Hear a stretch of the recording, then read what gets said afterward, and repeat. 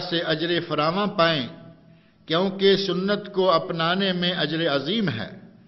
اور اللہ تعالیٰ کا ارشاد گرامی ہے، لَقَدْ كَانَ لَكُمْ فِي رَسُولِ اللَّهِ أُسْوَةٌ حَسَنَةٌ لِمَنْ كَانَ يَرْجُو اللَّهَ وَالْيَوْمَ الْآخِرَ وَذَكَرَ اللَّهَ كَثِيرًا۔ تمہارے لیے رسول اللہ کی ذات میں بہترین نمونہ ہے اس شخص کے لیے جو اللہ سے ملاقات اور روز قیامت کی امید رکھنے والا ہو اور اللہ کا بکثرت ذکر کرتا ہو۔ برادران اسلام، بعض لوگوں سے نماز میں کچھ غلطیاں سرزد ہوتی ہیں، جن میں سے بعض تو ایسی ہوتی ہیں کہ ان سے نماز ہی باطل و فاسد ہو جاتی ہے، اور بعض کے ارتکاب سے نمازی گناہگار ہوتا ہے، یا پھر بعض مکروہ افعال ایسے ہیں جن سے شارع علیہ السلام نے منع فرمایا ہے۔ لہذا اللہ تعالیٰ آپ پر رحم فرمائے، ان امور سے گریز و اجتناب کریں۔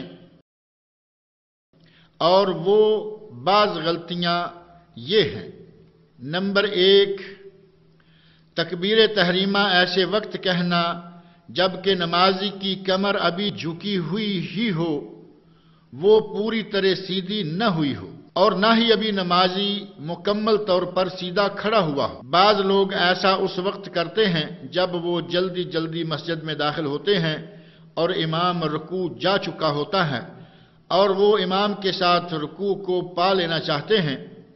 ایسے میں ان میں سے بعض نمازی ہوا میں ہی تکبیر کہہ دیتے ہیں اور ان کی کمر ٹیڑھی ہوتی ہے۔ ایسی تکبیر صحیح نہیں ہوتی، اور اس کا نتیجہ یہ نکلتا ہے کہ وہ نماز بھی صحیح نہ ہوگی۔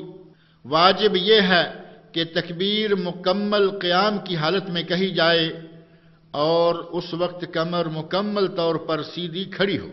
نمبر 2، بعض نمازی قطعاً اطمینان اختیار نہیں کرتے، بلکہ جلدی جلدی کوے کے ٹھونگے مارنے جیسی حرکت کرتے ہیں، جبکہ نماز میں عدم اطمینان نماز کو عند اللہ غیر مقبول بنا دیتا ہے، بلکہ وہ تو ایسے ہوتا ہے جیسے اس نے نماز پڑھی ہی نہیں ہے۔ جیسا کہ اس بات کا پتہ وہ حدیث دے رہی ہے جسے نبی صلی اللہ علیہ وسلم نے ایسی نماز پڑھنے والے شخص سے مخاطب ہو کر فرمایا تھا، لوٹ جاؤ اور پھر نماز پڑھو، تم نے تو نماز پڑھی ہی نہیں۔ نمبر 3، لوگوں میں سے بعض ایسے ہیں کہ وہ صفوں کے پیچھے اکیلے ہی کھڑے ہو کر تکبیر تحریمہ کہہ دیتے ہیں، جبکہ اس وقت وہ اکیلے ہوتے ہیں، ان کے ساتھ دوسرا کوئی نمازی نہیں ہوتا۔ حالانکہ نبی اکرم صلی اللہ علیہ وسلم کا ارشاد گرامی ہے، صف کے پیچھے اکیلے نمازی کی نماز نہیں ہوتی۔ ہاں، اگر کسی کے ساتھ دوسرا کوئی نمازی نہ ہو جو اس کے ساتھ کھڑا ہو اور اسے خدشہ ہو کہ کسی کا انتظار کرنے سے نماز کی جماعت نکل جائے گی، ایسے عذر کی حالت میں وہ صف کے پیچھے اکیلا نماز ادا کر سکتا ہے اور اس کی یہ نماز صحیح ہوگی۔ نمبر 4، بعض لوگ امام سے پہلے بعض ارکان ادا کر لیتے ہیں، وَلَا الضَّالِّينَ آمین، جبکہ یہ ہرگز جائز نہیں ہے۔ ایسا کرنے سے نمازی گناہگار ہوتا ہے۔ امام کے آمین کہنے سے پہلے کسی کا آمین کہہ لینا اسے بہت بڑے اجر و ثواب سے محروم کر دیتا ہے، کیونکہ جس کی آمین فرشتوں کی آمین سے مل گئی، جو کہ امام کے آمین کہنے کے ساتھ ہی آمین کہتے ہیں، اس شخص کے پہلے تمام گناہ بخش دیے جاتے ہیں۔ نمبر 5، کئی لوگ جب نماز کے لیے کھڑے ہوتے ہیں تو وہ اس میں شرعی قرات نہیں کرتے، بلکہ وہ اپنے ہونٹوں کو باہم سی لیتے ہیں اور زبان نہیں ہلاتے اور نہ پڑھنے والے کسی سانس جاری کرتے ہیں۔ یہ انداز قراءت شمار نہیں ہوتا، بلکہ یہ تو سورہ فاتحہ کا اپنے ذہن میں محض ایک نقشہ بنانا ہے، سورہ فاتحہ کا پڑھنا نہیں۔ نمبر 6، کچھ لوگ رکوع کی حالت میں اپنی کمر سیدھی نہیں کرتے، بلکہ وہ آدھا رکوع کرتے ہیں اور ان کی کمر رکوع اور قیام کی درمیانی حالت میں ہوتی ہے۔ نمبر 7، لوگوں میں سے بعض وہ ہیں جو اپنے 7 اعضاء پر سجدہ نہیں کرتے۔ کئی اپنے دونوں پاؤں زمین سے اٹھا لیتے اور ہوا میں لٹکا دیتے ہیں، بعض ایک پاؤں کو اپنے دوسرے پاؤں پر رکھ لیتے ہیں۔ نمبر 8، بعض لوگ سجدہ کی حالت میں اپنے دونوں بازو زمین پر یوں بچھا لیتے ہیں جیسے کتا اپنے دونوں بازو بچھا کر بیٹھتا ہے، جبکہ نبی اکرم صلی اللہ علیہ وسلم کتے کی طرح دونوں بازوؤں کو بچھا لینے سے منع فرمایا کرتے تھے، بلکہ آپ انہیں زمین سے اٹھا کر رکھتے اور اپنے پہلوؤں سے ہٹا کر رکھتے تھے، حتیٰ کہ پیچھے سے دیکھنے والے کے لیے آپ کی بغلوں کی سفیدی نظر آنے لگتی تھی، اور آپ اپنے بازوؤں اور پہلوؤں کو ایک دوسرے سے ہٹا کر رکھتے تھے۔ البتہ جب نمازی اپنے مسلمان بھائیوں کے ساتھ باجماعت نماز ادا کر رہا ہو تو اس وقت اپنے بازوؤں کو پہلوؤں سے دور ہٹانے میں مبالغہ سے کام نہ لے، تاکہ اپنے ساتھ والوں کے لیے اذیت کا باعث نہ بننے پائے۔ ایسے میں صرف اپنے بازوؤں کو زمین سے اٹھا کر رکھنے پر ہی کفایت کرے۔ نمبر 9، کئی حضرات قیام کے دوران دیوار یا کسی ستون پر اس انداز سے ٹیک لگائے کھڑے ہو جاتے ہیں کہ اگر اس دیوار یا ستون کو ہٹا دیا جائے تو وہ گر جائیں۔ ایسے شخص کی نماز صحیح نہیں، کیونکہ اس طرح ٹیک لگائے کھڑے شخص نے قیام نہیں کیا۔ نمبر 10، کچھ حضرات وہ بھی ہیں جو سجدہ کی حالت میں ناک کو اچھی طرح زمین پر نہیں لگاتے بلکہ اسے زمین سے اٹھائے رکھتے ہیں۔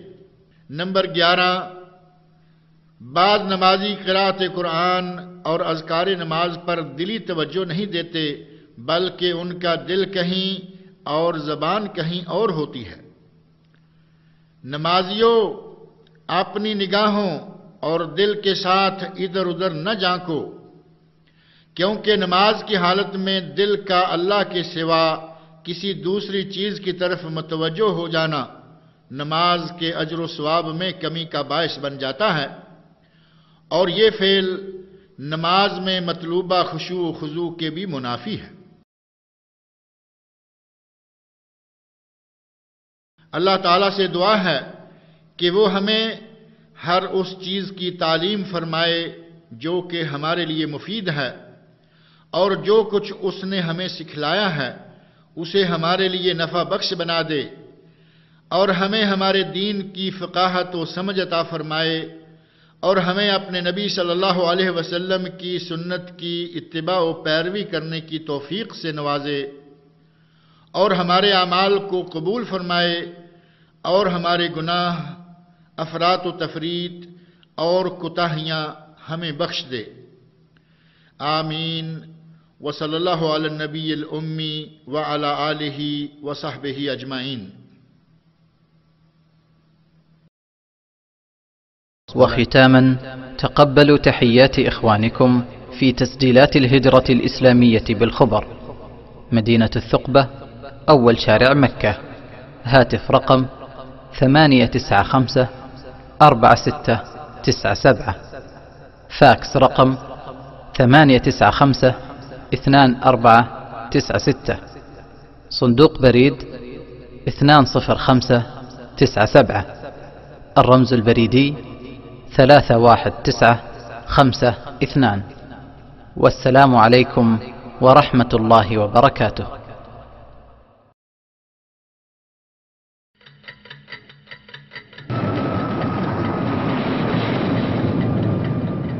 أينما كنت أو توجهت يبقى رفيقك دائما صوت الأذان يذكرك بالصلاة من البيت العتيق. الله أكبر. الله أكبر. الله أكبر. ساعة الفجر من الحرم المكي إلى مسامعك في كل مكان.